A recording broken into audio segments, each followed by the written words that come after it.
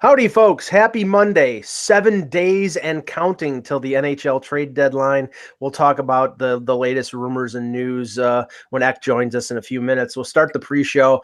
I have to say this. I went to the gym this morning and I look up at Sports Center, and the first two things that they covered were the NBA All-Star Game and the Daytona 500. Two major sporting events that have absolutely no friggin' meaning to me whatsoever, and I didn't watch 1 second of either one of them. The question is, which one is more meaningless to you? Anthony? And as I said to you earlier, it's pretty much a tie. It's pretty much a tie. I've already said it, NBA All-Star Game, it is what it is, as all All-Star Games are. And baseball didn't used to be, but it is now. And Daytona 500, I'm sorry to sound like a snob, but I don't really feel like watching people running in circles 500 times. Just me. Russ, it's sad that, to Anthony's point, I used to love the Major League Baseball All-Star Game. Now it really doesn't. I mean, I don't care about who has home field advantage in the World Series anymore. It's like, I mean, it's with the advent of, cable, where we get to see these teams all the time. There's no romance at seeing Dave Parker gun out somebody from right field in Seattle. It's like, it just doesn't feel right. And all these All-Star games are just dreadful. Yeah, I remember when you were cheering on Pete Rose when he broke Ray Fosse's leg. I remember that was a nice day for you. I was 7, for Christ's sake. You even had that edge at 7. Michael. The NBA All-Star Game, I legitimately tried to watch. I put it on, and it was literally like Dunk Central, so I had to turn it off. Yeah. I couldn't take it. The Daytona, I would never try and watch, but I understand only 18 cars finished, which is like a record. And that's the only thing people watch it for. Yeah. At the time, is they're all hoping for the massive crash, which really is kind of sick when you think about it. And if you want to watch that, just watch the video from like I-95 or something like that. If you're going to the Daytona 500, you watch for crashes. You hope everyone walks away and there's no injuries, because the problem with the crashes is it leads to death. Like that's the dangerous part. But you know what? It would be so much more awesome if NASCAR basically turned into the Road Warrior, and you could outfit your car with spikes on the hubs and make it the auto racing, like the rollerball of auto racing. Here, let me go get my baseball bat with spikes. I will tell you, back in the day, we used to make a whirlpool in my above ground pool. We go in the opposite direction. I had a basketball net there, and then we would play like rollerball with the whirlpool. It was pretty good. People used to get bloody noses in my pool, though. It got pretty bad. At least you didn't have sharks in there. No. The other thing we have to bring up, because everybody's talking about it and everybody's got their own take, and everybody seems to be bashing on Don Cherry because of his comments on Saturday night about the Carolina Hurricanes being. Oh, gee, everybody's picking on poor Don. Yeah, poor Don. Like he doesn't need the attention. Like he knows it's coming. He doesn't care. He doesn't care. He wants the attention. He's 85 years old, so he doesn't. He wears for God. I know, like an American here, but whatever. I'm not coming to his defense, because I don't think the Carolina Hurricanes are jerks. I think this has basically been driven by their ownership wanting to get some attention for a team that draws 8,500 fans, even when they're good. What I'm hoping for, because I think this is, it may not be interpreted by a lot of teams as this, but I think it's a troll job. I really think it's like them, making this little celebration. It's not raising your stick to the fans in appreciation. I think what Carolina's doing is a troll job. So I would like to see what happens at the PNC Arena in Raleigh if the Boston Bruins, after they beat Carolina in a regular season game, if the Bruins came out and reenacted, Gladiator. Hold on, Mike. Are the Canes doing this on the road? No, they don't. Then why would the Bruins do it on the road? Because they're doing it to them when they're on the road. So this would become up to them. No, Like you're talking apples and eggplant.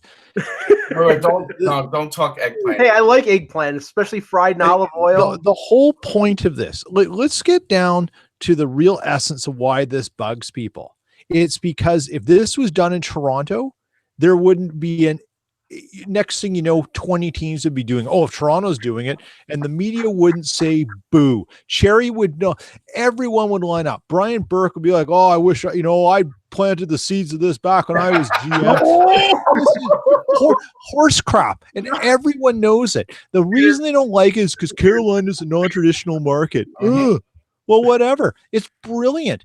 Because you know what you're trying to do? You're not trying to please the fans of Toronto or Winnipeg or Vancouver, or Edmonton or LA. You're trying to please your fans. You're trying to get your fans to believe in the product that you're selling. This is marketing 101. You don't market to Toronto's and the NHL's big weeks. You market to your fans. And anyone who can't understand that, step off the planet. You're a flat earther and you should just go walk off the end. It's just the level of stupidity that comes with this is immense, and it's showing everywhere. Show's over. Okay, Kyrie Irving. But the only thing that means anything to Toronto is victories. They don't need Jose Batista's bat flip being reenacted. Hold on. They are Oh my God, Mike! Hold on. They are too classy of a fan base. Players are not being forced to do this. Snobbery. If I was on the team and didn't want to do it, I would go to the locker room. Players are obviously enjoying it. Yeah, they're having fun. The Seattle Seahawks mimicked the Allen Iverson step back over a guy in a touchdown celebration this year. Famous things. Fans love it. They love it. Here's locally in Philadelphia last year during the Super Bowl run for the Eagles, during not last season, prior season. Every touchdown turned into Motown dance step. It was, but everybody enjoyed it. Everybody said, "What are they going to do now?" It's the same thing. You don't hear anything about that, but God forbid the Carolina Hurricanes as a form of team building, because at the end of the day, that's really what this is. Yeah. It's for them. It's for their players and for their fans. Let them have their thing. Yeah, I don't see how this is an issue. Totally awesome. Yeah, well, I'd like to see how the fans in Raleigh react if a team decided that they would just do the same thing. They'd go out. Lindholm was. Did you miss when Lindholm came in and started doing this? Yes, yeah. And everybody enjoyed it. Did you see any Hurricanes run out on the ice looking to go fight them or something? I loved that. I loved Artemi Panarin doing the Kuznetsov. I mean, I love that. What's the issue? So what's the issue, Michael? The issue is that it's just. I don't know. I'm old fashioned. I don't like it. I think it's stupid. I mean, I'm not going to call them jerks. I just don't think it's, I don't know. Whatever. Okay. Well, you know what? When you put the Buzzcast link up and everything in a set, we're going to title it Michael Agello Hates Fun. That's a good name for this episode. First special guest, Brian Burke. Mm-hmm. I like that. Eck will be joining us any second now. So let's start the show. Hello, Hockey World. Today is Monday, February 18th, 2019. 7 days and counting. I'm Anthony Majoni from Sunrise Philly Magazine. I'm Peter Tassi in Winnipeg. I'm Russ going from Sportsology, sponsored by Luden's, I guess, today. Wild Cherry?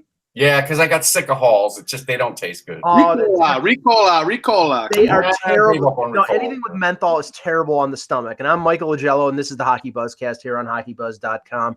All right, lots of stuff over the weekend. Lots of rumors. Things seem to be breaking in terms of the big three. Peter, we're going to go to you, and I'm sure we'll talk about this with Ack when he comes on. But a lot of stuff connecting the Ottawa Senators and the Winnipeg Jets. Now, we know that there are 3 UFAs for Ottawa that are in the rumor mill. Ryan Dzingel, who's having a career year right now. Mark Stone, who I think is, I think can legitimately be called like a franchise cornerstone type player who's going to be a UFA on July 1 unless the Senators get him to agree to an extension. And Matt Duchene, who everybody this morning is basically saying is on the way out. He's not going to sign the deal with Ottawa, so he's going to be going to market. Peter, we did call this scenario like a week ago. We were like, you know what? It did seem like both were going. Yeah, and and Peter, honestly, I get the feeling now where I was maybe 2 weeks ago. I thought one will stay, one will go. Now I'm getting the vibe that both are going to go, and Winnipeg seems to be at the center of what's going on right now. Yeah, everything went to as you corrected me yesterday in a text, DEFCON 1. in Winnipeg, as it was basically what happened. And I put this in the blog on the timeline. I'll give a quick synopsis. Jim Totha, TSN 1290 here, tweeted that he saw Dorian and someone else walking back to the arena after the game, or back to Chevy's office at the arena after the game. Then Mike McIntyre mentioned that Dorian and his group were sitting with Mark Chipman and Chevy in Chipman's suite during the Moose game yesterday. And then another follow-up tweet about that, them leaving, Dorian on the phone. Historically speaking, Mark Chipman does not get involved in anything with this team until it comes down to dollars. He wants to sign off on what the liabilities are coming forward. And that would seem to me that there is a belief of a sign and trade, or at least some understanding that a contract for Mark Stone, if he is the target, is involved. That it just doesn't seem any other way. If he's a rental, you're not going to Mark Chipman to say, can we rent this guy? Because you can figure out a way to get Ottawa to eat some of that salary, just like you did last year with Stasny. This is a bigger picture thing. And then Bruce Garriock comes on and says the Jets have interest in all three, then corrects himself saying, including Zingle, corrects himself saying if he can't get one, they would look at another. My take on this, and their chief pro scout from Ottawa, I can't remember, I could look it up right now. He is actually at the Moose game where the puck's dropping right now here. He's still in town. Dorian's left. I think his name is McIntyre. Mike McIntyre. The bigger question, Peter, is can anybody get away with doing anything in Winnipeg under a cloak of secrecy? It doesn't seem like they can. No, it's really hard, particularly when you're meeting at the rink during the games. You're kind of attracting, saying, yes, that there is fire here. In addition. It's not just smoke. There is a big fire burning. Well, okay, let's extrapolate from. I think it's Stone. Okay, I think that Stone is the player that the Jets are interested in, and say you're correct that it's a sign and trade. Yeah. If you're looking at what's going back to Ottawa, there definitely has to be long-term money cleared to sign Stone. Yeah. So if that's the case, is it Brian Little? Is it? No, it can't be Little. Is it Nikolai? Is it Nikolai Ehlers? I don't think they take him with the with his injury right now, even though it might not matter to them right now. I don't think it'd be Ehlers. So, keep going. Well, I mean, it's not Bufflin. No.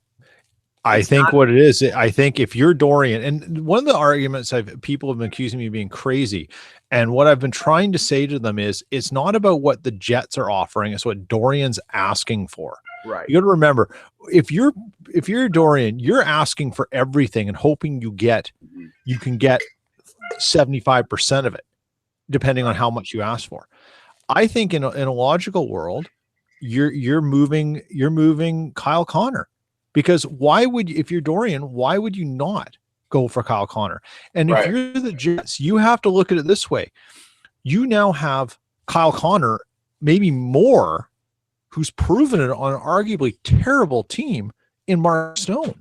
And you're probably playing Connor Nylander money.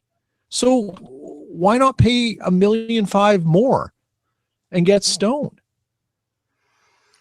That's the logic, right? So you're not giving up money now. You can bring Stone in and afford him. It's the money you have to pay later. You're just swapping who you're paying it to. Right. That's the logic. And I think one of the other things that could be at play here too is, what if the deal gets bigger? Because it'll be bigger than that anyhow. Stone will get more than just Kyle Connor. You're taking the Jets first with it. And there could be other first, or they might take Veselainen. They wouldn't go. You don't think Roslovich? Right? No. I don't. I think they prefer Connor, but they'll take Roslovich. But then you got to sweeten the pot. Yeah, I think it would be sweeten it way up if you. I think it would be an either or. It would be like you're going to give up Connor or you're going to give up Roslovich as part of the deal, but you're not going to give up both of them because one is potentially a replacement for the other, or vice versa. Yeah, I think it could be Veselainen because he's not really getting playing time in Winnipeg. He would get it in Ottawa. Yeah, but the question here is, Peter, is that I mean, do they just worry about the money, the budgetary constraint in the summer and just add Stone? I mean, do they have the ability to add Stone? And yeah, they do. They have technically a prorated cap space amount at the deadline of 26 million. Now, there is some issue there with Connor and Laine's bonuses.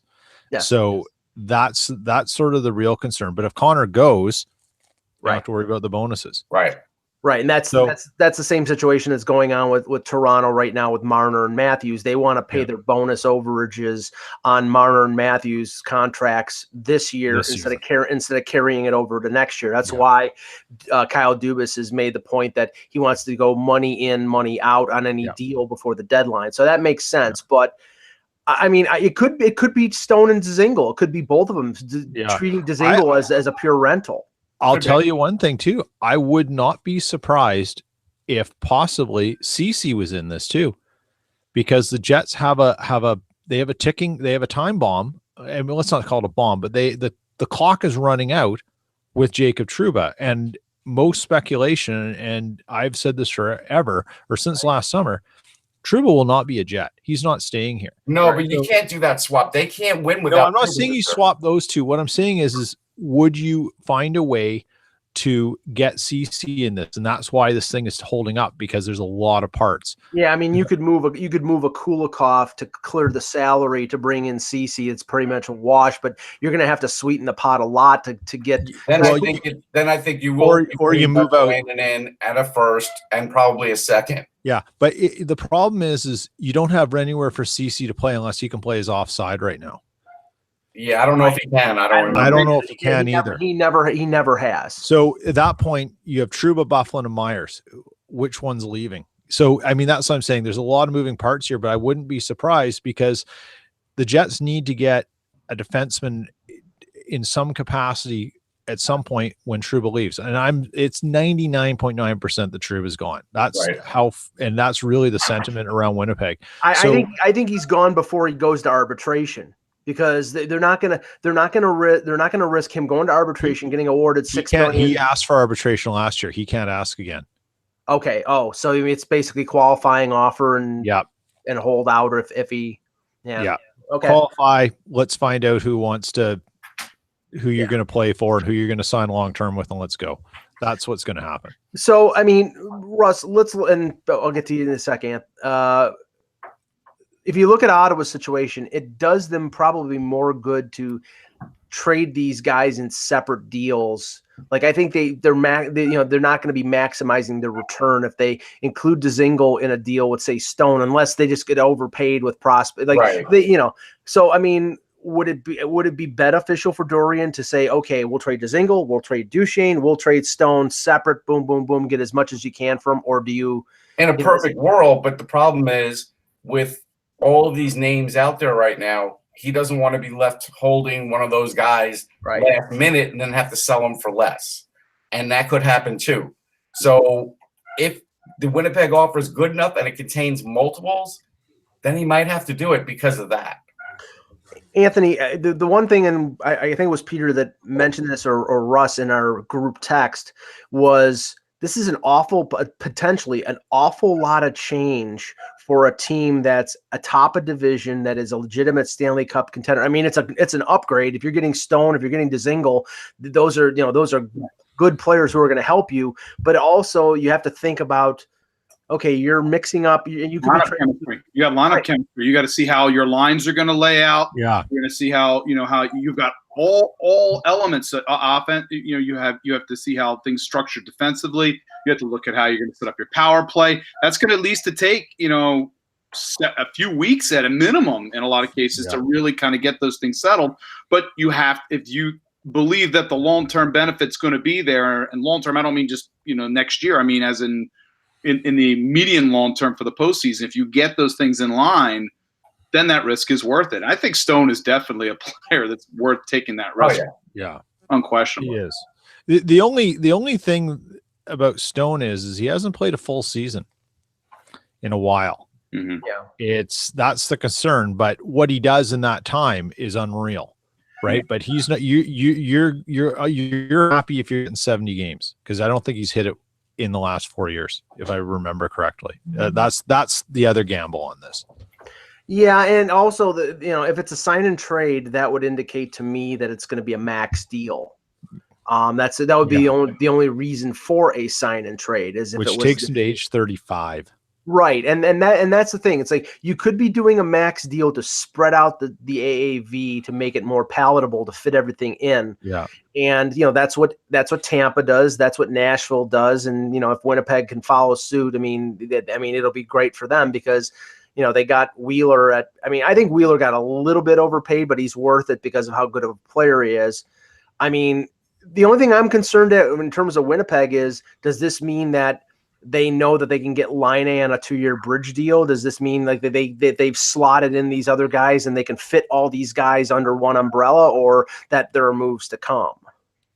I think they know they can get Line A at a reasonable amount, and I think they know that if you don't have the Connor liability, you've only got Kulikov for one more year, you could buy him out, right, or trade him for pennies on the dollar, retain half the salary, and just get. There's a way to do this. Right. It's just that everyone says Stone, but there's other reasons to believe, because of how many people are involved in this, that this thing's getting bigger, and then it gets a lot more complicated. Heck, we're talking about Mark Stone in Ottawa and Winnipeg. Give us your take on what's going on. Yeah, I mean, I sorry guys for the lateness. No problem. I'm getting off the phone there and maybe jumping on at any moment here. We're in a crazy week, as you guys all know. It's fun times here. So so I do think it is getting bigger. I do think that they definitely have talked about Stone and Dzingel. I also heard even Cece's name mentioned today. And I think that. But we do have to remember, part of this is on Dorian, and I texted you guys this earlier. Like there's a definite fact here that Dorian didn't handle the Carlson situation well, according to people there, and let that go into the trade deadline last year. And a lot of people think that the deal that they were getting from Vegas was a lot better than the deal they eventually got from San Jose.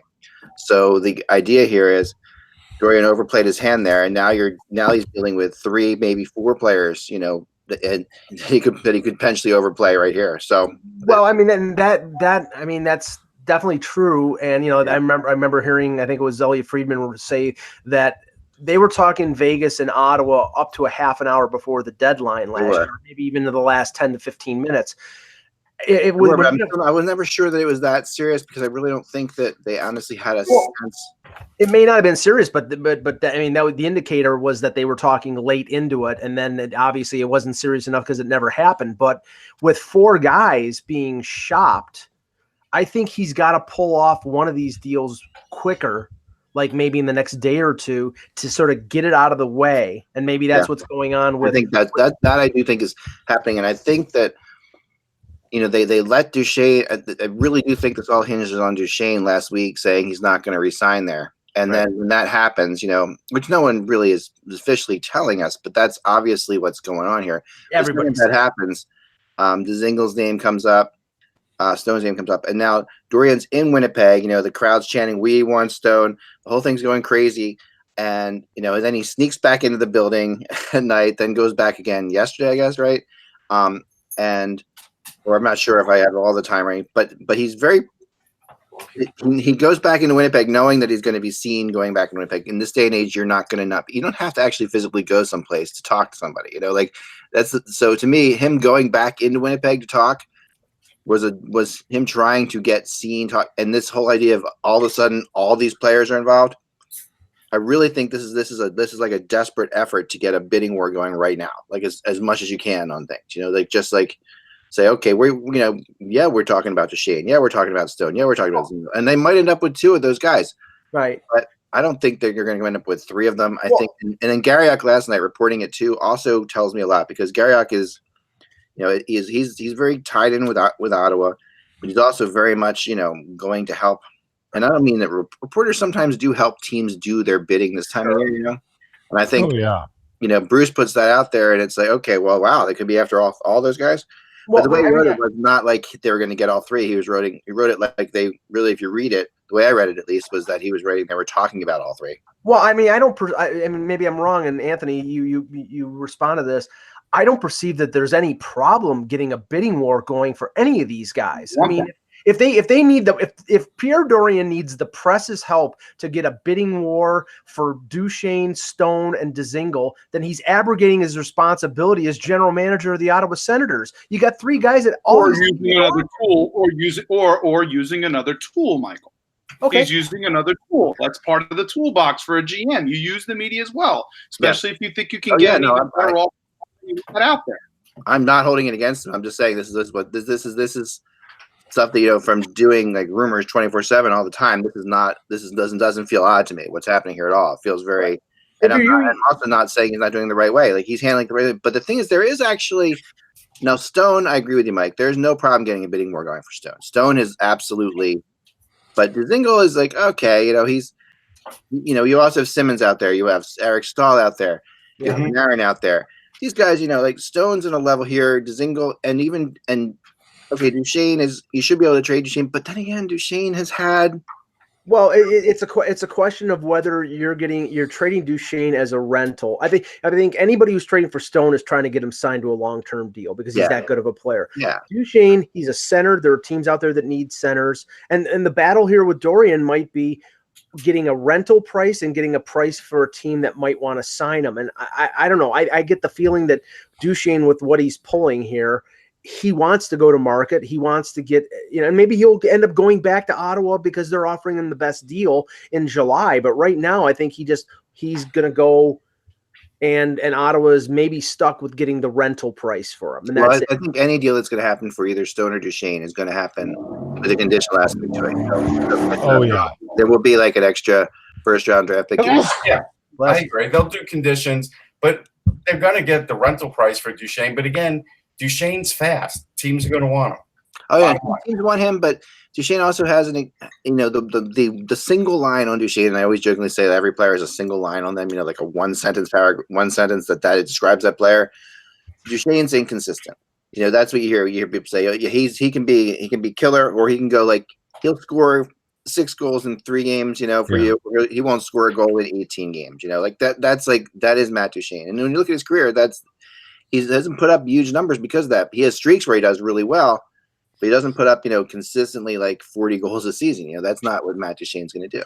Well, the one interesting thing, and then we can get on to our debate that we were going back and forth on Twitter about, or on text about, is that the Sens play in Chicago tonight, and it'll be interesting if there is truly, like, if there's something close, whether we'll see the Sens sit Eugene or sit Stone. They sat Stone for practice yesterday, but apparently they're both playing tonight. That's what's out there. One thing that does bode well, because I looked it up, Duchesne's got 6 points in 8 playoff games. So he has shown up in the playoffs.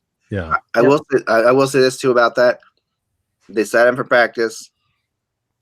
I've said this so many times, so I won't worry about it, but don't be surprised if you see a situation where Duchesne and Stone are in warm-ups tonight and then not playing. Sure, that happens. Yeah, and they can go right. They can go right up to the end. And this happened with Forsberg in Philly when he got traded to the Predators. Mm-hmm. And I'll never forget that. I would be shocked if one of them wasn't playing tonight by game time. That just because there's so much going on, and Dorian, he has really been given. Like I've been told that there's the pressure on him. I mean, we know the pressure is intense, but the pressure on him is actually so intense that he knows he could very easily lose his job if he doesn't handle this well. And with all the guys out there, he's got to get one of those guys traded within the next 24 to 48 hours because there's too many other players out there. There's too many options. Yeah, and I think if you're Pierre Dorian, all you have to do, and if you don't pull off what Melnick thinks you should, you just go, but Edmonton. Yeah. Okay. Yeah. Let's go down this road for a few minutes and not spend the entire show on it, because I'm sure we could. Carter Hart wins back-to-back games on the weekend. The Flyers are, I believe, 6 points out of the second wild card spot. Jordan Binnington wins his 12th game in a shutout against Minnesota on Sunday as part of Hockey Day in America on NBC. Hart is 13-6-1 right now with a 2.53 goals against and a save percentage of .924. Binnington's save percentage is close to .940 His goals against is around, I think, 1.5. 1.58. 1.58. Okay. Yeah, it's crazy. Both of them are unbelievable. Both of them have great streaks. My contention from the conversation that we were having is neither one of them is winning the Calder because both of them were called up in the middle of the year. Elias Pettersson is your Calder Trophy winner. Yeah, Go ahead.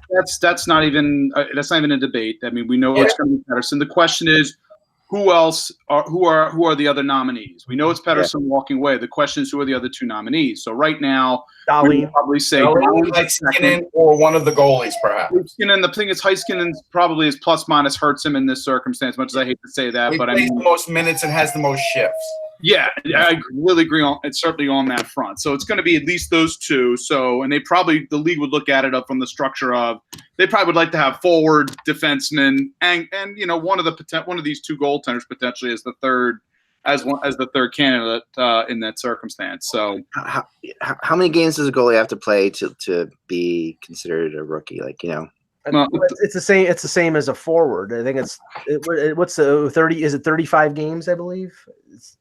Yeah, something like that. They're having 35 games, and currently you have Hart at 20 games played now at this point, and Binnington's at 16. There's a very good chance that Hart doesn't make 35 games. It's possible, especially with the you take into account the Talbot. Although we could potentially see this the next 5. With Talbot not taken care of, with the visa situation not taken care of yet. Yeah, we very well could be seeing Hart get a bunch of starts this week. Oh yeah. If Talbot can't get the visa paperwork taken care of because of the holiday. Well, and I had my problem with there's no doubting Hart is great right now. He's playing unbelievable right now. They're overplaying him. And I think they had to in this situation because Talbot where's Alex Lyon? Where is the other help? Right now, Lyon is on the Phantoms, and they're not. But better to play. Yeah, I'm so sick of this overplaying Hart thing. I mean, it's just I get it. I mean, I get we all want to make that point and everything, and that's not naturally logical. And he's 20 years old, but like I said earlier, Hart's not the kind of goal. He's a different kind of goalie than the goalies you guys were talking. This morning, you guys were mentioning Hammond and Raycroft. The worst case scenarios. We're not saying Hart is that. Yeah. We're just showing that it happens. That's all. It can happen, but Carter is more of is not the kind. It's funny. He doesn't look tired compared to some of because the way he plays a very controlled game. He's not all over the place. He's not actually even that flashy. And the logic too, Eck, I think of acquiring Talbot in the first place, keeping that in mind, Michael. I think it's not just a case where I think they just want to have some stability behind him, and they as much as in the short spurt that Anthony Stolarz has played, and he doesn't have a good history with his injuries. Yeah. So you really could. This is part of the reason why you make the trade for Talbot. It's not just prepping going forward, but it's also for right now. Oh yeah. Here's the other thing: to be able to do that. The reason I started this whole debate is because Sam Carchidi had on his account after last night's game that, hey, the Flyers have never had a Calder winner. This guy could win it. And he was totally overlooking Binnington. The fact is, he also adjusted that later on. He said flat out. After I posted and after I posted an article, Binnington's 11-1. 12. And he has 3 straight shutouts. Mm-hmm. Yep. Yeah. You could say whatever you want about Carter Hart, and I'll agree with you. But Carter Hart hasn't done that yet. I will also say to you, the Blues also have personnel in front of Binnington, defensively especially, that is superior to Philadelphia's defensively. Okay, but that same personnel was in Bennington's what? Here's an interesting thing. Let's not forget that either. Bennington's 4 years older than that. Yeah, but that doesn't matter. One really telling stat about Binnington. 200 AHL games played. 40 ECHL games of experience. Go ahead, Peter. That's a lot. Yeah. That's a lot of experience there. Yeah. Go ahead. That's one thing. Make the fact that Carter Hart may have a higher ceiling, but go ahead, Peter. I want Peter to talk. No. Here's one thing you got to look at. Carter Hart's played 20 games. Okay. Yeah. 20 games played. He's faced 644 shots against. Binnington's played 16 games and faced 380. That's 66 shots less a game. I get it. What Carter Hart's seen. Actually, you compare him to almost the same number of games as Laurent Brossoit of Winnipeg, who's not a candidate in this. Brossoit's seen 525 shots against in less minutes. Binnington's not even seeing the puck half the time because there's no shots going at him. Thank you. It's insane. He's seen. So you're giving the Brodeur argument of back in '95 is what you're giving. No, I'm just saying it's just interesting. It's a point that I get that. Eventually, one of the underlying things that happens with goalies is when you're allowing shots, quantity leads to quality. And the more shots you allow facing your goalie, the more you're going to get you have a higher chance of giving up more quality shots that are harder for the goalie to manage. Sure. I think there's a point to hear about Carter Hart's seen versus what Binnington's seen, because he's basically seen 266 more shots in 4 more games. That's 66 shots a game. It's insane. Yeah, no, there's no question. That's a factor. Yeah. Well, I will say this. My main point was with Russ's contention is that Russ had him second to Binnington. Right. And my argument is this: is that it's you can make an argument for neck and neck. I think you can say the two of them right. If you're going to go with numbers and everything else, as Peter just pointed out with the shots and everything, I think you put everything together, they're neck and neck right now into consideration. I don't put Binnington above Hart in this case. I say they're neck and neck. Yeah, right now, and they're both MVPs of their teams right now, right? Yeah. No question about that. That's true. So I mean, it's when if you're an MVP of your team, you're close enough to be considered in this whole. I mean, it's not. I mean, Pettersson's one of the top 10 players in the NHL. Like to me, like that's how good Elias Pettersson. So I mean, to me, that's not enough. There's well, how about in that front? Yeah, no question. If we use Hockey Reference as an unbiased source, they've got Carter Hart at 11 quality starts and Binnington at 12. Okay, so that's dead even, basically. I mean, That's neck and neck. Dead even. Binnington's played less games. You also have to look at What happens with what's the determining factor for take that into account here. But both teams were equally awful when they didn't have goaltending. Right. That is the fact. And both teams are much better with goaltending. Yeah, and one guy's got 1 loss and the other one has 6. I mean, the thing I will say, Carter Hart's gotten more. This is as equal as Trump is, and No, don't go down that road. Don't go. So Carter Hart has faced a lot more shots. I will say this as well. So far in Carter Hart's young career, he looks like a goalie who likes to face more shots. And he doesn't have a choice.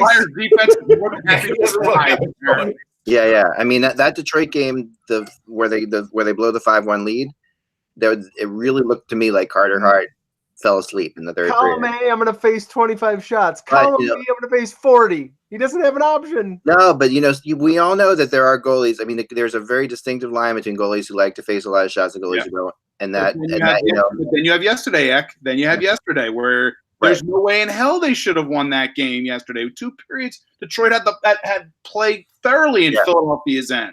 Oh, I know. And, you're playing Carter Hart in the dreaded back-to-back game, which everyone says goalies can never do, right? And he's sitting there and he's going out after he has had a rough day. And this is the thing I think to me that has been most impressive about Carter is all the warning signs you look for in a goalie. He passes those tests. Like he comes out of a bad game.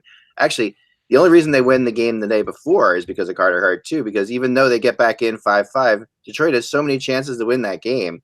And the second, I'm not sure that game. I'm not sure about that argument, but I don't know. To me, the second it gets 5-5, Detroit had 3 or 4 let up some bad goals in that game. We have to be realistic. He did, but he also shut the door when it mattered, and that I think, and then that could have shaken his confidence. He's got to go against the same team. Nothing is shaking his confidence.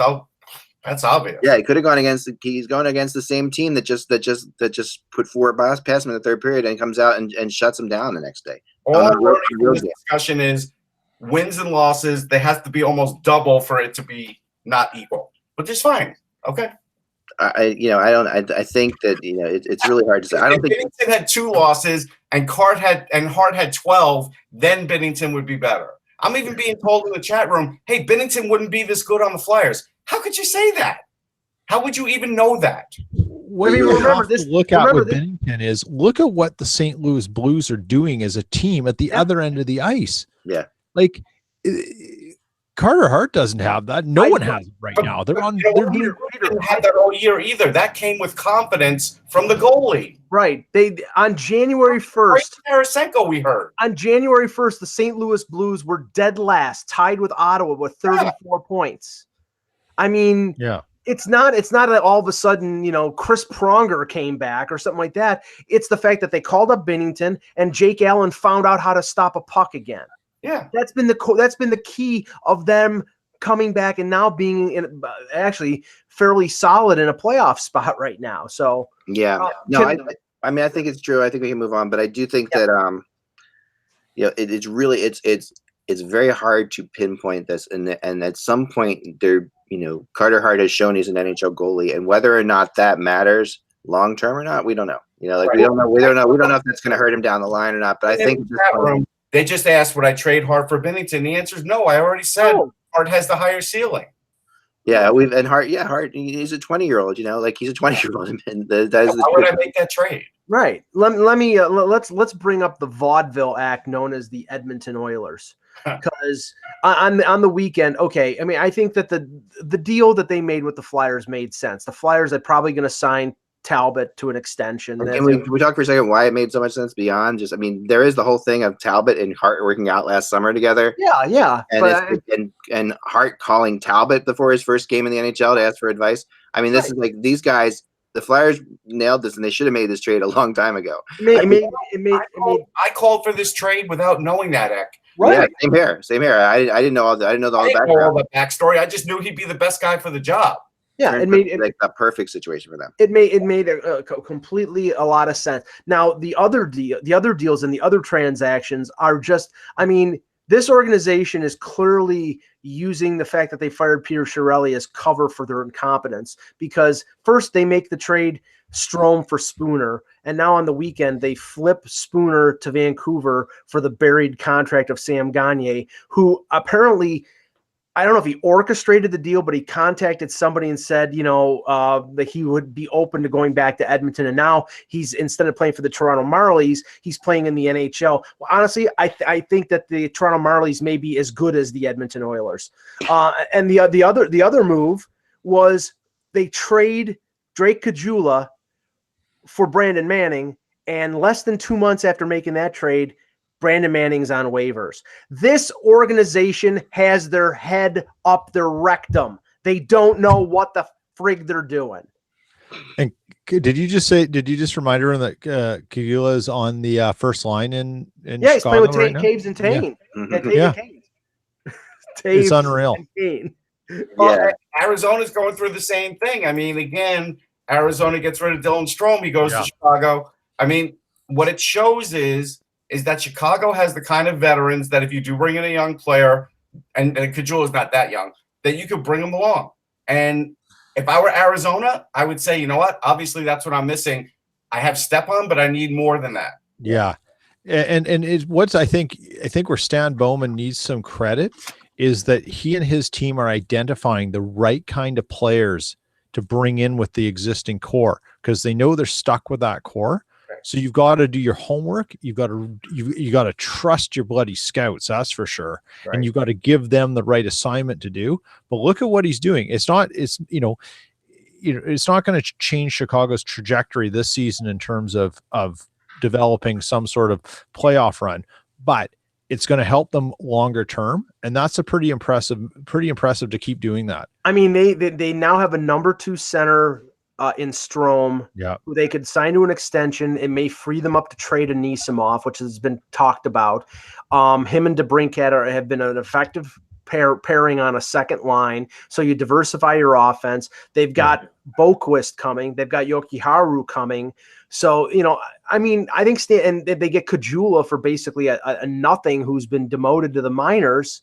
I mean, I think Stan Bowman, even though they have a lot, they bring up Colin Delia as their goaltender. He's played well, that they to the point that they've extended him. But Bowman's has a mess still on his hands, but he's done the best to sort of reorganize that team. And their future is a lot brighter now than it was, say, 3 months ago. I'm not exactly. I'm still unsure because the blue line's not really correct. No, I know, but you know what? we were writing off, like not just we here, but a lot of people, like we across the hockey world, are writing Chicago off as in deep trouble, hamstrung and cap issues. And Bowman's navigated it. You know, I give him a B+ or an A- so far. He's done a very good job. I think the worst thing that would happen to Chicago is they're only 3 points out of a playoff space right now, is if they actually scraped in where they need to actually sell, let's get, lower their part. And if they could get a top 10 lottery pick, that could be great for them. Yeah, but see, they're not going to go that direction. They're going to scrape in if they do. And if they, I mean, they have enough star power. I mean, I'm not going to give this. Bowman deserves a lot of credit for rebuilding the Hawks a couple times and getting them into the Stanley Cup. But this time, this credit on this one goes to like Jonathan Toews, who's had like an unbelievable year. I mean, Kane and Toews have had incredible seasons. And when you have two players that are that good, and DeBrincat had a great year. And DeBrincat, right? And their defense at times has been pretty good. I mean, so the fact of the matter is, when you've got that much talent, you're going to be in the playoffs. I mean, but there's a lot of bad teams. Let's just face it. A lot of the teams in the Western Conference are not good, and there's one of them to make the playoffs. But the difference between making the playoffs and missing the playoffs is not simply the star players that you have, but what you put around the star players. And what Bowman has been able to do is, I mean, he's got Strome on an ELC still for I think this is the last year, or maybe he's got one more year left. They can sign him to an extension, and I'm sure after what had happened in Arizona, he'll be glad to sign an extension and get some good money. But they could sign him to a cost-effective deal for 4 or 5 years. Have him as their number 2, and all of a sudden you've got a 2-line attack. I mean, I think Bowman has done a phenomenal job. I mean, the crazy thing is that Edmonton couldn't get Dylan Strome. That to me is nuts. Like that. If he would have gone to Edmonton, he would have probably ended up as a scrub and a waiver guy. I mean, it's just the way that Edmonton has operated. It's either their luck is the worst in the world, or they just don't know how to operate a hockey franchise, because everything they touch turns to crap. Let me go through some other players before we have to get out here. All right, so quick stuff here. On my rumor chart, I sort of have where, and it's funny because someone told me, hey, kind of like laying out where these guys are most likely going to end up, and it's pretty funny because the top, all these big names, So right now, I've got some. We're 1 week away, so I'm going to give you my top team for each player. Go for it. Right. Okay. So Mark Stone, I do have going to Winnipeg. I think that is the fit. And I think that's where he's the guy that the Jets want. I think that it makes the Jets unbelievably scary in the playoffs. And I think there's a chance that if they go to win a Stanley Cup, that they could keep Stone there too. So I don't think that they're going to give more than anybody else for Mark Stone. The fans want it. I mean, all the things are pointing towards it. It just makes sense. I think Matt Duchene ends up in Nashville. And I think it's going to be close, because I think it's going to be close between Nashville and the Islanders. I do think those are the two teams that Matt Duchene is going to compete with. The only other team I throw in there for Matt Duchene would be Columbus. If Columbus does indeed move Panarin, Columbus will be in on Duchene, I was told. So all right, let's just quickly use those two teams as an example. If it will do our little trade game, if you're in Nashville and you're Pierre Dorian, Russ, what are you asking for from Nashville for Duchene? And say it's a rental. Rental for Nashville. I will ask for Tolvanen, and they might do it. Just Tolvanen, or Tolvanen. Yep. No, just Tolvanen. I think if they did that trade, I think both sides would be happy, because they would put Tolvanen either in there this year or the beginning of next year. Mm-hmm. And he's starting to round out his game. That's the reason he can't break in Nashville. I mean, clearly it's going to be hard to break in Nashville. So yeah, Tolvanen would be good. So here's my thinking on this, and you're dead on, but I think that it's going to come down to Tolvanen in Nashville, somebody of equal value. Well, Beauvillier on the island. Beauvillier. Beauvillier seems to be the guy. All right. But then I think the way Nashville gets him is by giving him a first-round draft pick. I think that the first-round pick this year will go as well. For Nashville, that doesn't matter. For the Islanders, it does. That's how I see it. So at the end of the day, if they're going to decide who for Nashville, the first-round draft pick, Poile. You're talking payment, but sometimes you have to. You're talking about two USA Hockey guys in Poile and Lamoriello, so there's going to be some. Yeah, I mean, Lou won't give up the first-round pick to get Duchene. Poile will, because and it's just because of the team situations. The Islanders need more down the line. Okay. Now brings it to Artemi Panarin, who I really do think is going to end up in Florida. But I don't know whether, but I honestly can't say whether or not it's going to be now or in the summer. And I think that I'll go out on a limb, because I have. Yeah. What the hell does that mean? I if it's Florida, it's July. It makes no sense. Yeah, I can't. I don't care about these rumors that say Bob Bugner and Jonathan Huberdeau are not getting along. Bob Bugner's not going to have that job in 2 months. Right. So that doesn't really matter. Matter. You don't give up. I know that maybe eventually if you sign Panarin, you have to move Huberdeau, but you don't move Huberdeau for Panarin unless you have a guarantee that Panarin is going to sign him. And he says he's not going to sign before July the 1st, so yes, take him at his word. I agree with the most part, but I talked to people in Florida, and the fear is this, okay? From Florida's perspective, yes, they would love to do this in July. It doesn't make any sense. I agree with you 100%. The fear on Panarin and Bobrovsky for them is, letting him go someplace else. Say Panarin ends up on the island. Okay, and he goes to the island, and he loves it there. Great place to play.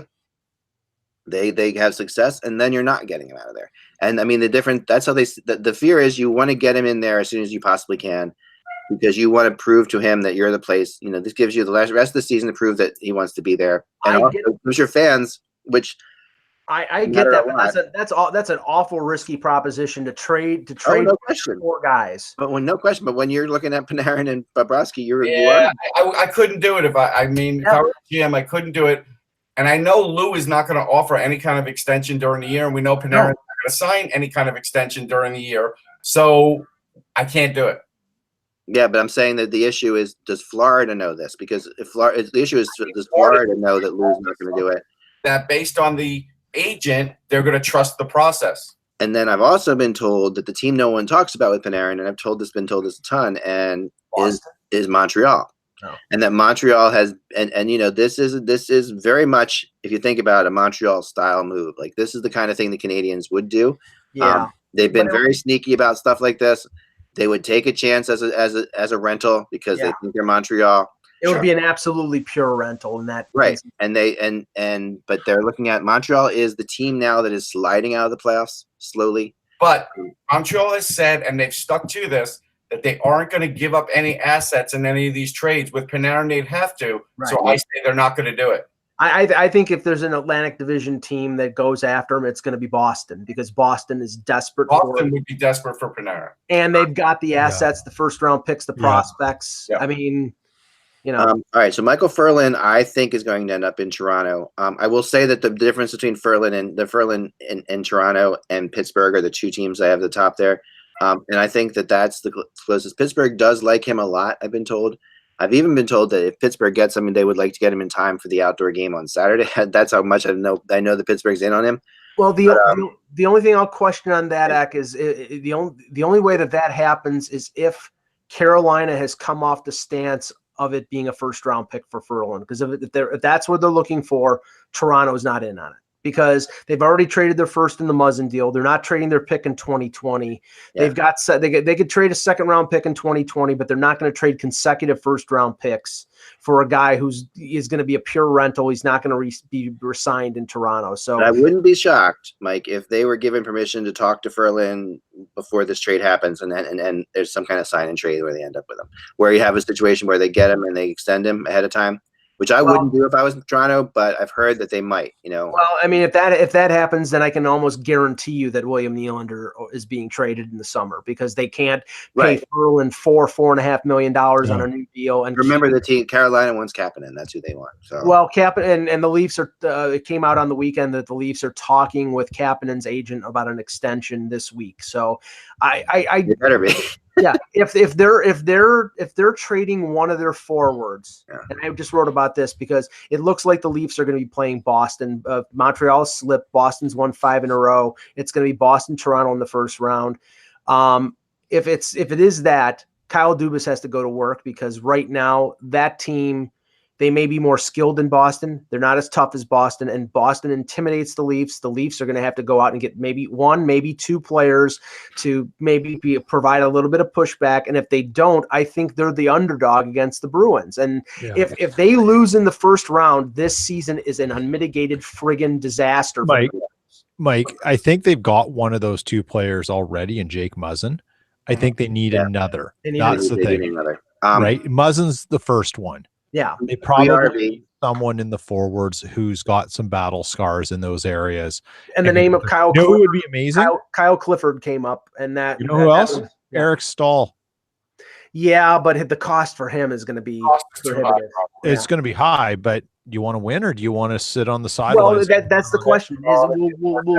Will Dubas be all in? I mean, if he's all in, that means trading. It would be freaking amazing if Toronto got Eric Stahl. And I've been trying to find out, like if that's possible. And so far, people are telling me that the price for Stahl is just way too much. Yeah. Remember, again, the Rangers got Eric Stahl, and it didn't work out. Now I'm going to tell you, Ben Yo didn't play him right, but he still didn't do anything to help his case either. Yeah, and basically you'd be playing Stahl out of position because he's a center, and the Leafs have Tavares, Matthews, Kadri. What are you going to put him in? Which is crazy. What if you put Kadri on the wing and let Stahl play center? Yeah, well, Kadri's never played on the wing unless has he never played on the wing?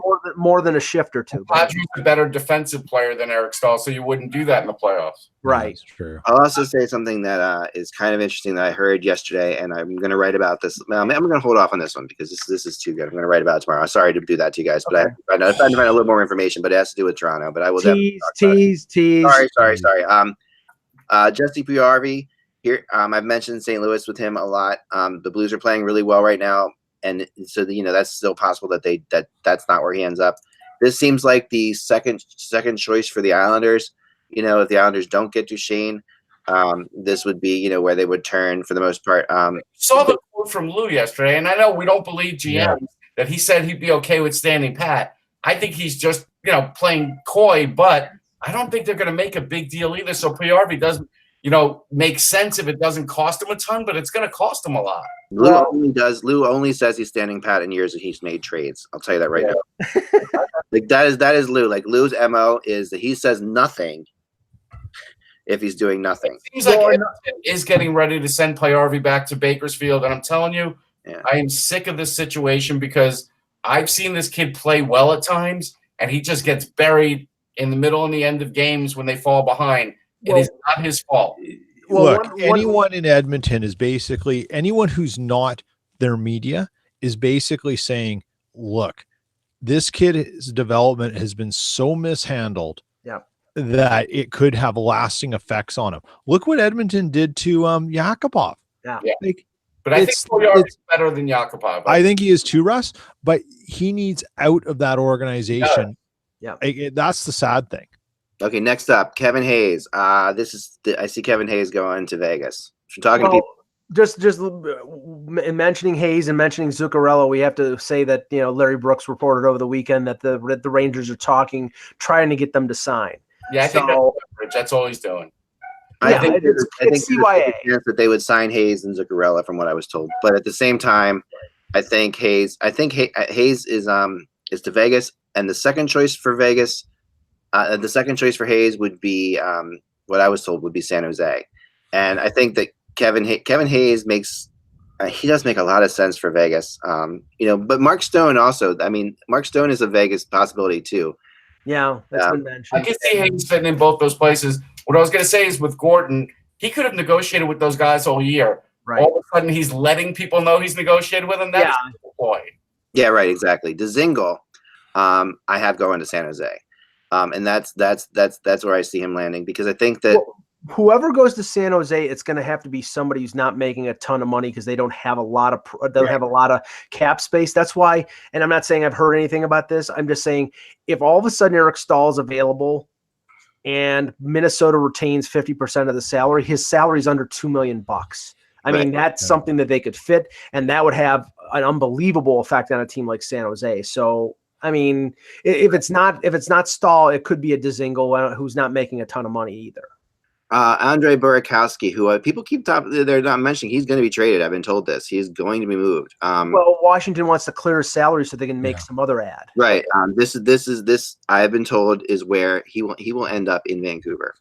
And I think that's another possibility there is Edmonton. It makes Vancouver dangerous. It does. I know another possibility is Edmonton and Nashville. Edmonton and Nashville both. I think they're sort of Edmonton is fading fast from the Burakovsky sweeps, but I would say Nashville. This is like a backup plan for Nashville as well.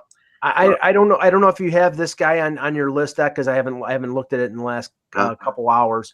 But the name of Marcus Johansson is coming up. Yeah, he's on my list. Okay, yeah, and this thing, he's having a good year with New Jersey. I think he's making in the $4 million range, but he's got term on his deal. He's got, I think, another year. Yeah, I have him going to Dallas. That's Dallas's pickup. That's actually their biggest pickup that I have them getting. I also have Colorado looking at Marcus Johansson. Well, Dallas has cap problems right now because even with Mark Mathot on LTIR, they have like less than I think like $200,000 in cap space, so they'd have to move somebody out to add somebody in. That's why, like, I've been talking about Roman Polak and his trade Dak Prescott that opens up enough cap space. There you go. Zuccarello, Nashville. Okay, Nashville. If they don't get Duchesne, Zuccarello would be their next big pickup.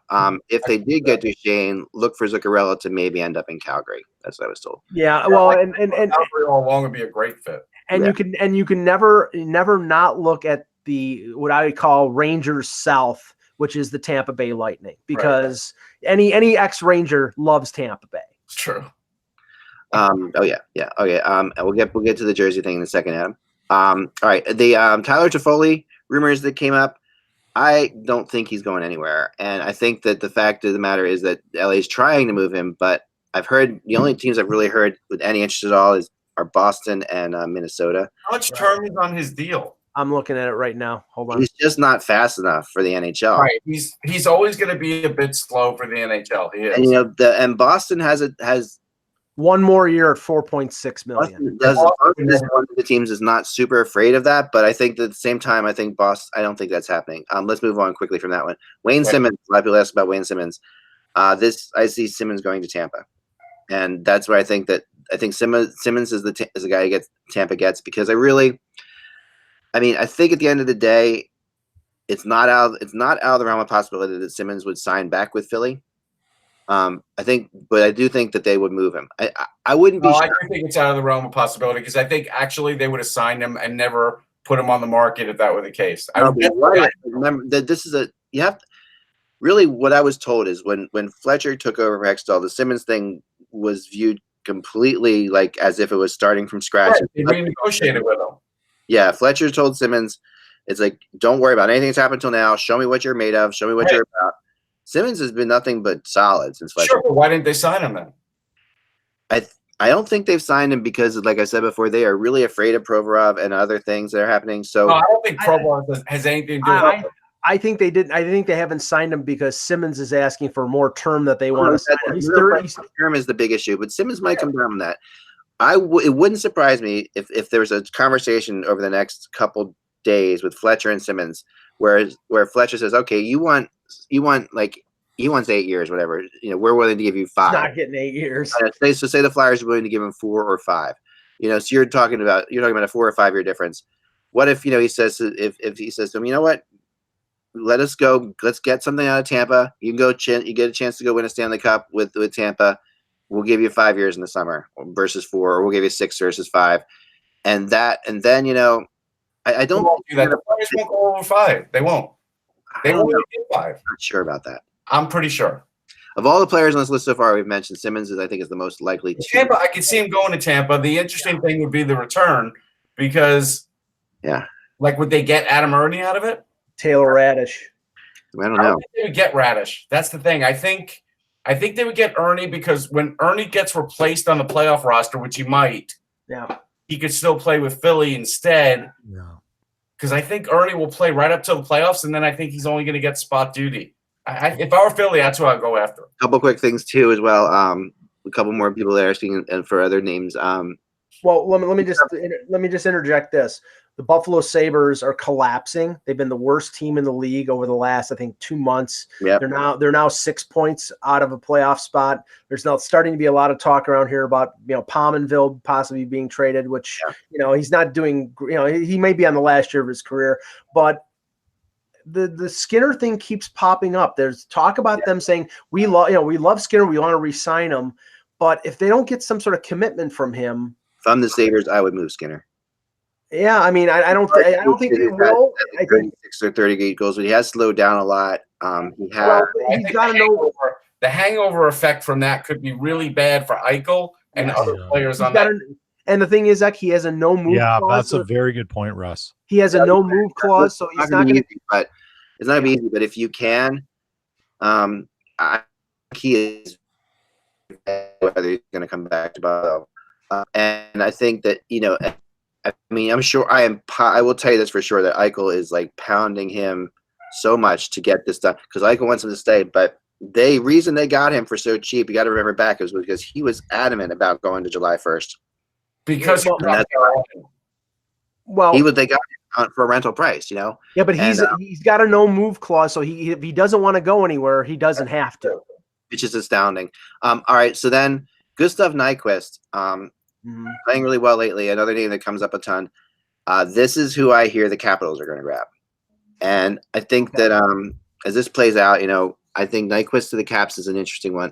I've also heard Nyquist, ironically enough, he's on the second team on my rumor chart, actually tied with the Caps, both at 25%, is the Buffalo Sabres. So, and I've heard that's a rental. I mean, honestly, if you think about it, it's not a wash because I think Nyquist makes more, but it would make some sense to trade Burakovsky for Nyquist if that's what they're looking for. Right, no question about it. Dougie Hamilton, I see staying in Carolina.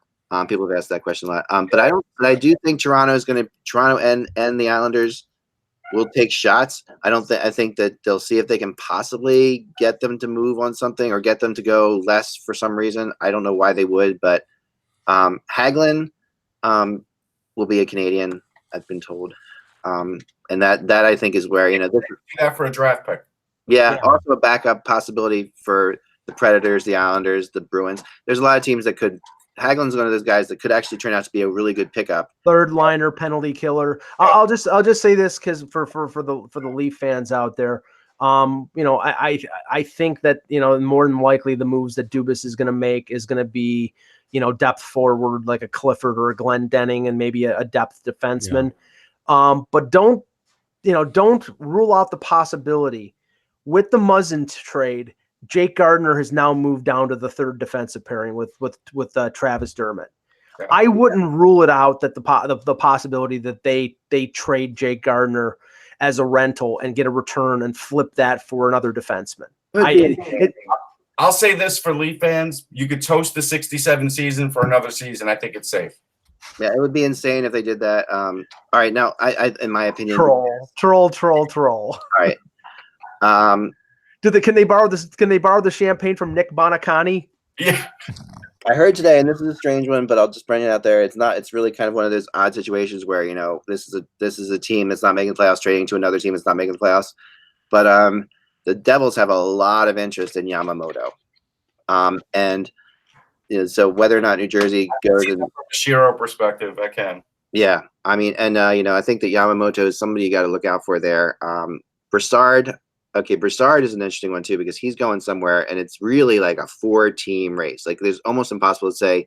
I have a feeling Brassard is like the plan B for like 3-4 teams that don't get Duchesne, that don't get Stahl, that don't get it's. I have a feeling Brassard will be one of the only interesting guys to talk about on trading day. Yeah, because you can see a lot of the other things like I'm saying right there, like happen in the first typically like right around noon. Like once one of those falls, they all fall. Yeah. But Brassard, talking about him all day.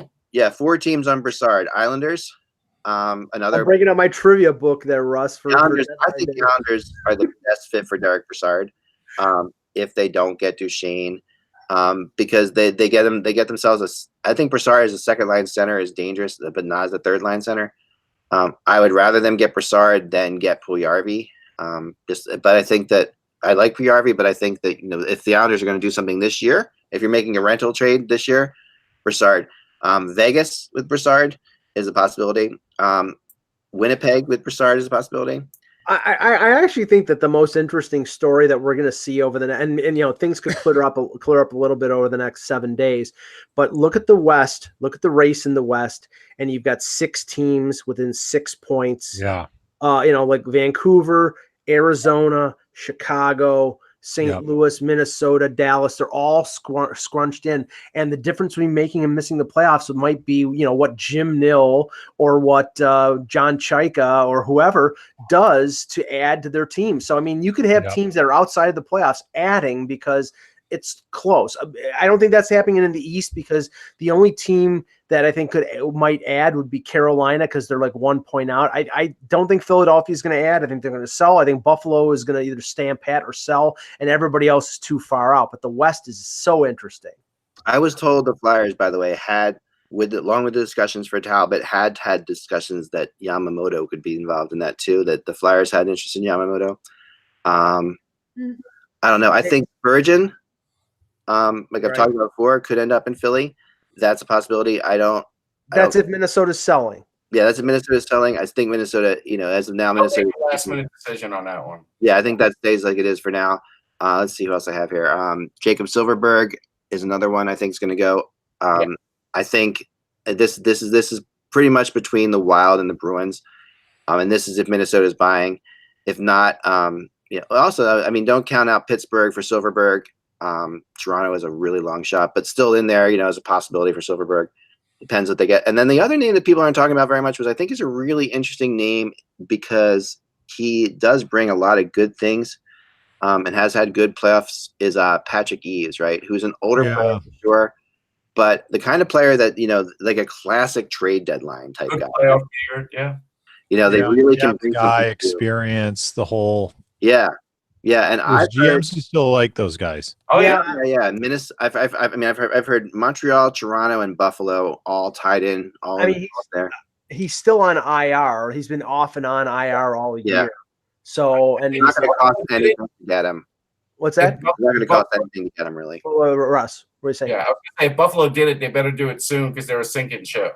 Yeah, Buffalo could do something soon. Oh, another player Buffalo could grab soon, which is not a big deal, but would help them a lot, is Ben Lovejoy. Ben Lovejoy would be massive because then they wouldn't have to play Bogosian. Yeah. Well, yeah. I mean, there was a lot of criticism in Buffalo about Bogosian getting into a pregame I saw that spat with one of the New Jersey Devils players, and on Buffalo radio this morning, it's like this guy is playing over 20 minutes a night, and he's getting involved with some fourth line plug from the Devils. I mean, Zach Bogosian has been a disaster ever since he's gotten to Buffalo. When he's out injured, you don't have him, and when he's on the ice, you don't have him. The problem is everybody has settled for what Zach Bogosian is now, because if I talk to Buffalo people, they're like, he's been better this year. But what is better, Zach Bogosian? Yeah. Better than horrible last year. Yeah, who was the GM? Who was the GM that took him instead of Alex Pietrangelo? So those are some names. I think that I'm gonna write them all down. I mean, they're all on the rumor chart now, but I'm gonna write them down and they could change between now and chart. They could change a ton, but it would be kind of fun to see how many I get right on trade deadline day of those. But that's sort of how it's sort of falling right now. This could fall in so many ways. It's such a difficult one because really one name going someplace surprising or whatever throws all of this into crazy world. Unlike the last few years where it's been much ado about nothing, the deadline, I actually think that this year is going to be pretty exciting and pretty active. Oh, I think it's wide open, and I think the Stanley Cup playoffs are wide open too. And I really think that the tough thing, obviously, Tampa's having this epic season that no one really talks about. But until they show in the playoffs they can do it, right? No one knows. And right now, if the season ended today, Tampa's first round match would be the Pittsburgh Penguins. Yeah. Wow. Yeah. I mean, I think that the other thing that's really interesting that we'll talk about tomorrow, because this is going to be blogged tomorrow, because I've been doing a lot of math, Russ. You'll appreciate that. And sorry, I keep getting calls here. Okay. Pittsburgh and Montreal are tied at 69 points. Pittsburgh is ahead based on regulation wins. So it'd be Tampa, Montreal, Boston, Toronto, Islanders, Pittsburgh, Washington, Columbus in the East. Yeah, it was more exciting last week. The matchups were better last week, but although Ovechkin stinks, he only has 40 goals this year. I know. He's terrible. So oddly well for Pittsburgh, that matchup round right there. If Pittsburgh ends up with the Islanders in the first round, and then Washington and Columbus beat up on each other, and then they end up playing Washington, who they, I know they lost him last year, but they still have Washington. They're still inside Washington's head. I think sometimes it's put like Pittsburgh into this conference finals in a year that they should not be anywhere near the conference finals. Right, but I think what would happen with Pittsburgh Islanders is Pittsburgh would wear down the Islanders defense. They would, because they have guys. I'm going to go through the list, but they have guys that know how to score in the playoffs. Bottom line, the Islanders are so terrible defensively. People have no. I mean, they are even like last night yesterday against the Rangers. I mean, that game, it's like they're giving up 5 goals a game against the Rangers. Well, they're so shorthanded defensively that because Mata's out, they're playing Chad Riedel. So it's like, I mean, come on. But the crazy thing is they're shorthanded defensively, yet they can't get their forwards to cover anyone. Like, I mean, honestly, you know why, Eck? Because right now, this is a team that's won 2 Stanley Cups in 3 years. They're not going to get engaged until April 7th. Right. It's true. Maybe. I mean, they got to watch it because they could easily. Well, I mean, they're in a precarious spot in terms of making the playoffs. I mean, that'll provide enough more. Mike's right. They have another gear, and when the playoffs start, you do generally see a different team.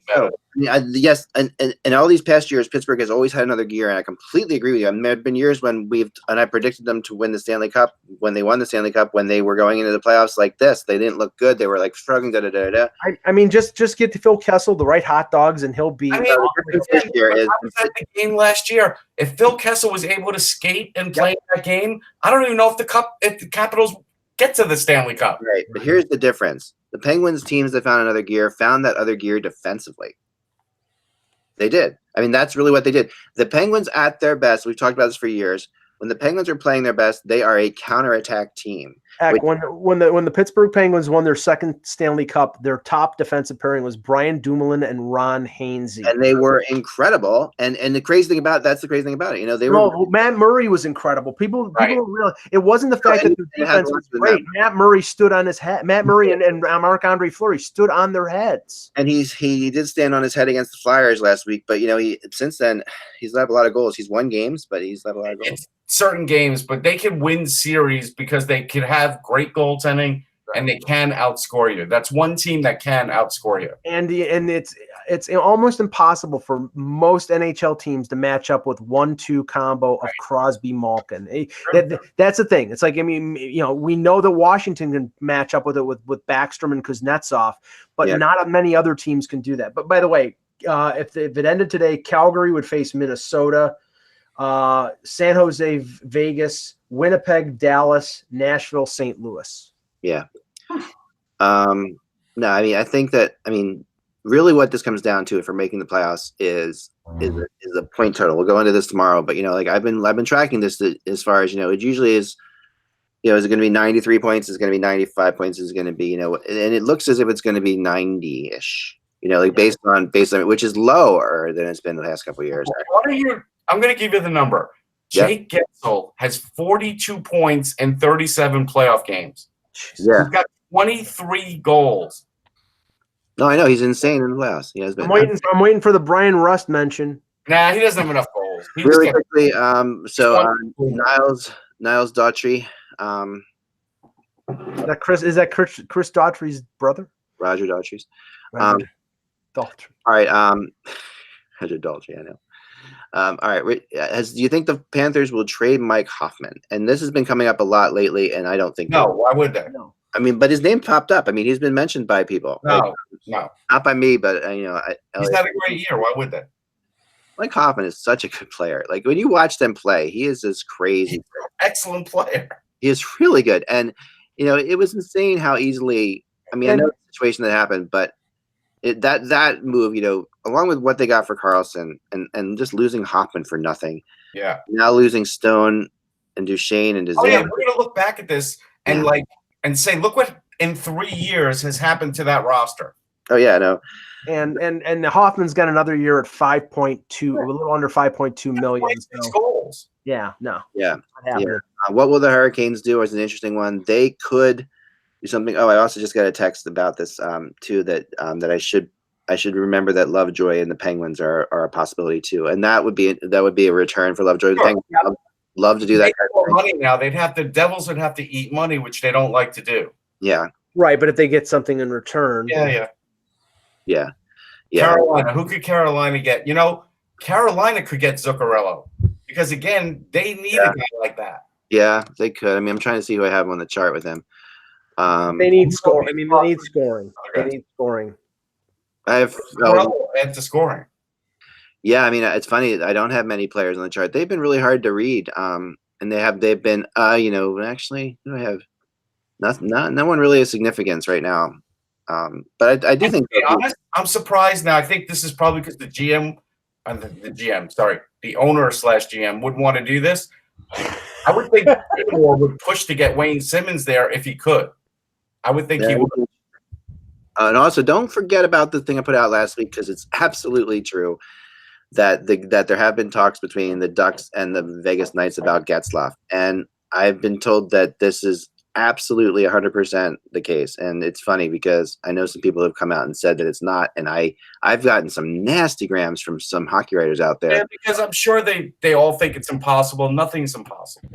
It's just not. It's not a terrible situation for Getzlaf. It's not like you're going that far when you go to Vegas if you live in LA. Right. It's doable, and you get a chance to be in a really fun environment. People love, players are excited to go on a playoff run in Vegas. That's not something that they're worried about. So we'll have a lot more to talk about. Of course, it's going to be a good week. We're going to be here every day, and right up to that, I also found out that we have Kareen is going to join us at some point this week. Okay. From Montreal, and will be part of our trade deadline show. Awesome. Nice. So we'll have her, Kareen from Montreal, which is good. Because Montreal, they could always surprise us with different situations. She knows that market. She's good. Yeah, it's different situations. And Montreal could be a good one as we play out here too. So we're gonna have at least 6, maybe 7 people on the Buzzcast trade deadline show. Popping in and out, and just like that. And I'll be popping in and out. But there will be 1 or 2 constants. Oh yeah, we'll be here. So three.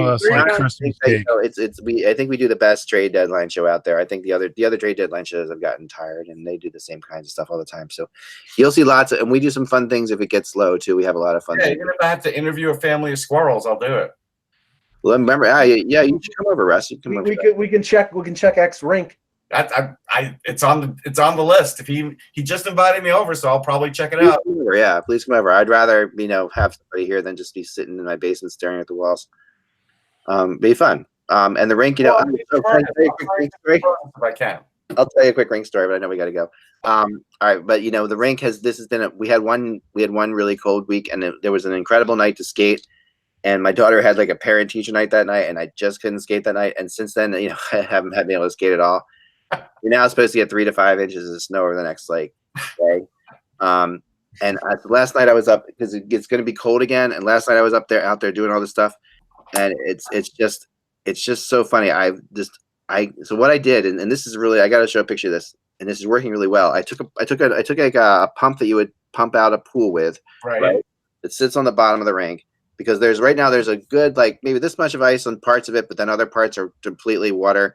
But there's definitely like this much water underneath, Yeah. And so what I've done is if it's right around 32 degrees, someone tipped me off that you take a pump and then you pump that water onto the top, and eventually you can kind of get it going because that water is almost 32 degrees. It hits the ice water as long as the air is like 32, 30 degrees. So what I did, instead of like putting a hose down, I thought this was brilliant. I got myself one of those like revolving sprinklers that goes yeah. And I put that right. I screwed that directly into the top of the water pump, so I'm just constantly like spreading the water across like this. It's working amazingly well. So anyway, there's my little. Maybe the NHL will hire you. You might. I also played open hockey again and skated again. So I'm getting there. I'm getting ready for the big game on Friday night. You'll be good. I'm not even worried about you. I'll talk to you later, guys. We have to end, Mike. Remember, without the buzz, it's just hockey. We will talk to you soon.